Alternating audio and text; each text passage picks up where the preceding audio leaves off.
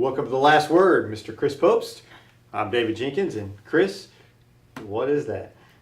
I think it like Cowabunga Dude or Hang 10 or That's Hang like Loose Hawaiian or something for hang loose or something. I don't know. I didn't like Michelangelo and Ninja Turtles do this. I don't. Cowabunga Dude. I don't watch cartoons, but They made a real live action movie. of course they did, and I'm sure it was. I'm sure it was wonderful. It was. It was fantastic. Okay. Oscar worthy. Oscar worthy. That's funny. I didn't see it. I must. It's one of those, it kind of slipped under the radar. Okay. Well, it's district football time. Yes. And finally, it's kind of the season has just flown by, in my opinion. It always obviously does. you're still in shorts. It's still warm outside, but looks like there may be a little nip in the air to kind of coincide on Friday night to kind of coincide with districts. And there's some interesting districts that we have this year. I think one of the ones that kind of sticks out to me is the Class 4 District 1 with Sykeston, Cape Central. There's 6 or 7 teams that could win that district conceivably. It's funny you say Sykes and Cape Central. Obviously, they're the two closest teams, but they come in. Cape Central is the 5 seed. Sykes is the 3 seed. I kind of see them in a district final again. It could be. I think Sykeston comes out on their end. Maybe Cape or Farmington on the other.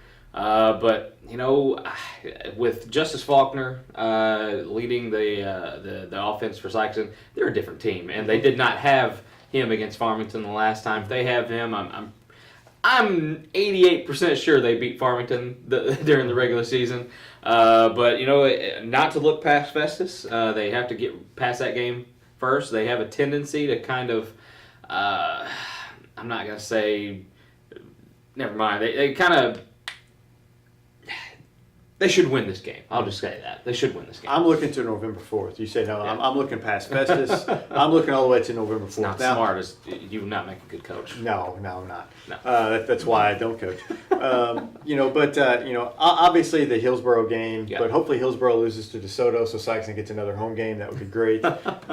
Hillsborough has shown that they have a very weak schedule. They do, and I think that's going to hurt them in come districts. I think Sykeston can beat them. I think Sykeston will beat Festus. Mm-hmm. I know it's comparing scores, but you kind of look at their common opponent, Poplar Bluff. Mm-hmm. Poplar Bluff handled Festus. Poplar Bluff really struggled with Sykeston. Yeah. And Sykeston did not have, as you said, Justice Faulkner. So, I truly believe 100% Sykeston beats Farmington with Justice Faulkner. So if he can stay healthy, if they can keep most of their team healthy, I think Sykeston can make it to that district championship game and play Cape Central again, where, I think it's anybody's game. And I think that would, I think if either team, Sykeston or Cape Central, make it to that district championship game, I think it's been a good season. Yeah. I think if you would have asked them at the beginning of the year if we get that district championship game, especially at Cape, as things have gone on. Absolutely. I think they would consider that a season a success. The Tigers have maybe not lived up to maybe the expectations this year that they've had, but you got to look at what they've lost. I think they play a pretty tough schedule. They play a brutal schedule. Play a pretty tough schedule. So and to see Sykeston and Cape in the district championship, wow, we see this. It's happening. No, it always happens. It seems to be this way, no matter what the seeds are. But I'm looking forward to it, and like I said, I like to see Sykeston in that district final, and whether it's Cape or Farmington, I don't know. I think it was 2-point or 1-point loss in overtime at Farmington between Cape and Farmington. Yep. So who knows?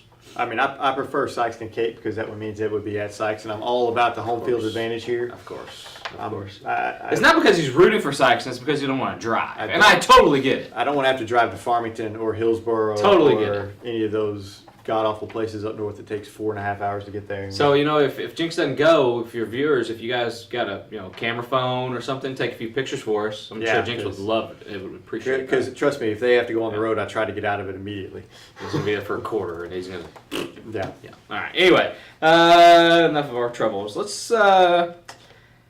Where do we go next? Let's go Class 2. I don't know. I like that one. Because I think Class 2, it's a 2-horse race, but it's a 2-horse race that is going to be fun to see who comes out of there. Yes. I really want to see that Malden-Crowsville game again. That will be, I think, that one went, triple overtime the first time? Triple overtime. It was 28-20, I believe. Mm-hmm. And went down to the wire on a Saturday afternoon. I think, I think that would be a fantastic rematch. Malden, has not been extremely impressive to me especially the last few weeks. I know that Dexter played them really close. Dexter led them at halftime, and really for Malden, if you can shut down that running game, they've had some injuries on the offensive line. If you can shut down that running game, you have a chance to beat them. And Crothersville plays good defense, and they can score.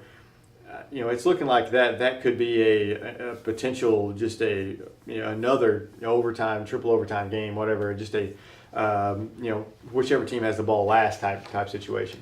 If you can shut down that running game. Now, I know they have some injuries on the offensive line, but that is definitely their strength. And when they go against anybody, especially their size, they're going to have that advantage, I think. Now, they have a first-round bye. That may give them a little bit of time to heal up and get some guys back on the field. But yeah, I'm like you. I fully expect to see Malden and Crothersville in that final. Jefferson will be at Jefferson Fest. Charleston will be at Jefferson Festus the first round. I got Jefferson there. Kelly goes back to Crothersville after last year going back to Crothersville. That doesn't end well. Doesn't probably end well. That does not end well. And then St. Pius X travels to East Prairie. East Prairie is a 3 seed. The winner of that game, St. Pius EP, will get Malden in the semifinal. But Crothersville. They get Crothersville. Excuse me, I'm sorry, Crothersville. Yes, and then they go to Charleston. Jefferson gets Malden. Excuse me, I had it right. Anyway. But yeah, Malden Crothersville should be fun. I'll tell you a game that interests me, and that's that Jefferson-Malden potential matchup. Yeah. Jefferson has a lineman that's going to University of Arkansas. They rush for like 350 a game or something. They run a lot of misdirection. I read somewhere where it's hard. You can't. I mean, their quarterback will even lead block. It's just an offense that you don't see very often. I'm not saying Jefferson can beat Malden, but I think Jefferson can move the ball against them a little bit. They have some really good running backs, and I think that would be an interesting matchup. And that's a tough challenge for Malden. I think they win it because they do have a very good offensive line, as we've talked about. But I think that's an interesting matchup for Malden, just a team that they don't normally see. That's a different style than what we see around here. They can pose a little bit of a problem for them, and maybe make them go a full four quarters before they have to, make them play 4 quarters. Where, the other game, it could get a little ugly early. It could be. Yeah. So you never know, but it's just a game that kind of interests me in that little district. I got you. That little district, little Class 2 district, little kind of tiny. And let's go even smaller, Class 1, District 1. I got a potential for an upset here. I think with Portersville traveling to St. Vincent. Portersville has not had great luck in the first round the last few years, and now they've played. I think they've played Hayti at one point, and it hasn't been, maybe not Hayti. It was Class 2, and they're in the Class 2. But they traveled to St. Vincent. St. Vincent, I think they're coming off of a big win against Jefferson last week. And St. Vincent's tough. I think for Portersville, they're going to have to get something going offensively. They're going to have to come up with a few stops for one. If they got to get that offense going, they're kind of hit and miss in games. They're either scoring 60 or not scoring any.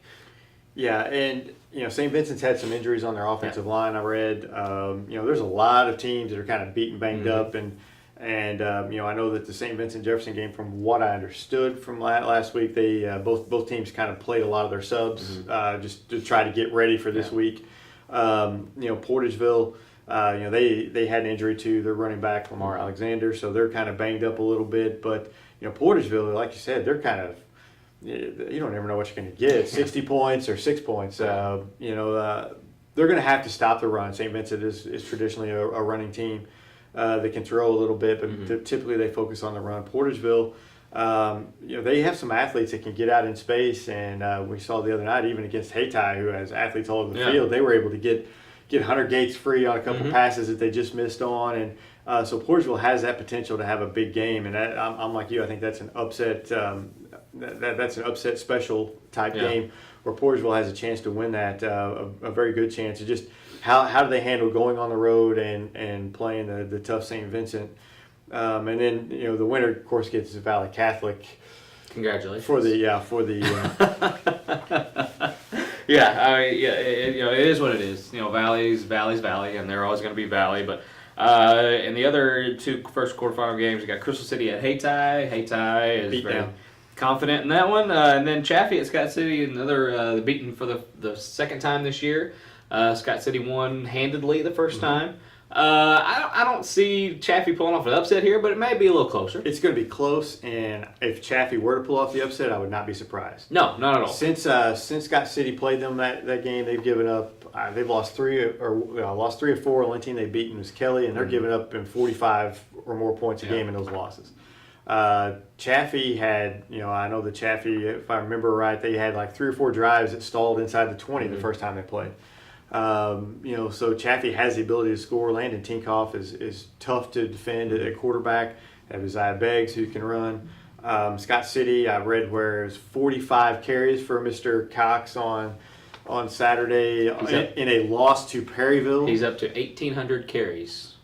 That's just this year. 1,800 carries, 1,800 2,000 yards. Is that right? 200,000 yards. 200,000 yards. Yes. Yeah, that's just crazy how much they run him there. But I mean, right before districts. they're easy.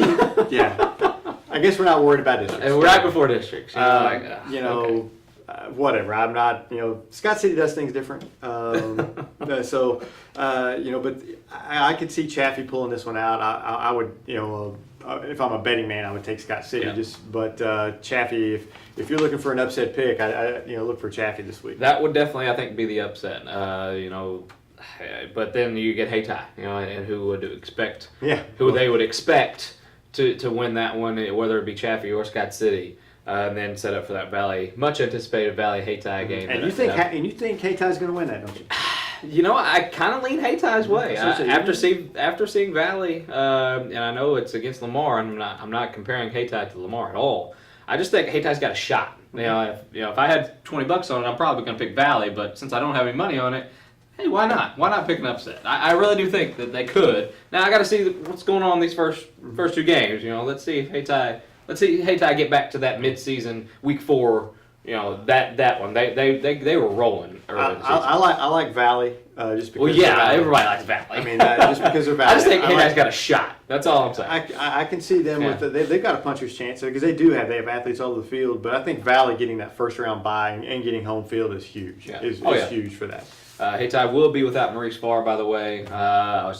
That's a big loss for them. Defensively, offensively, what have you. He's a senior leader. He's a guy that the guys can kind of rally around. They were pretty emotional after that game, knowing that last week against Sportsville is going to be his last one. So hope all is well with Maurice and his surgery goes well. But yeah, he's a big loss going into a potential Valley matchup. He'd be a plus factor in that one for sure. Charlie's moving us along here. We got Class 3, District 1. Park Hill Central is the top seed in that district, and it looks like they're set for a rematch maybe with St. Genevieve, who they beat 8-7 earlier in the year. Kennett kind of factors in there a little bit as a 3 seed. That St. Genevieve Kennett game next week could be interesting, but I see Park Hill Central and St. Genevieve in this with Park Hill Central winning. So you don't think Dexter pulls the upset? No, I do not. No. I like what they're doing in Dexter. I really do. I like what they do. They're not there. They're not ready yet. Not yet. They're a little young. I think Kennett got over the hump of beating them earlier this year. I think Kennett will take care of them. I think Dexter needs. They're on the right direction, but it's going to take another couple years. Yeah, Park Hills and St. Gen in that final. My prediction. Who knows? That's a rivalry that's it's been kind of going on here lately. So anyway, that's pretty much it. Well, we can talk a little about Class 5 District 1 if you want to. No games in our region this week. You got Oakville at Rockwood Summit as first round game. Jackson's got the bye, and then next week I guess all 3 of them's kind of got the bye. Then next week Vianney is at Poplar Bluff. Winner there against Jackson or. Supposedly supposed to get Jackson. Yeah, Jackson Poplar Bluff. They had a good game earlier this year. Jackson won by a couple touchdowns. I'd like to see that rematch. I still think Jackson wins it. But wouldn't count Vianney out. I really wouldn't. No, Poplar Bluff, tends to fall apart in districts in all sports. But it's I think that's Jackson's district to lose. Yeah, for sure. For sure. They're state ranked. They've handled Poplar Bluff and.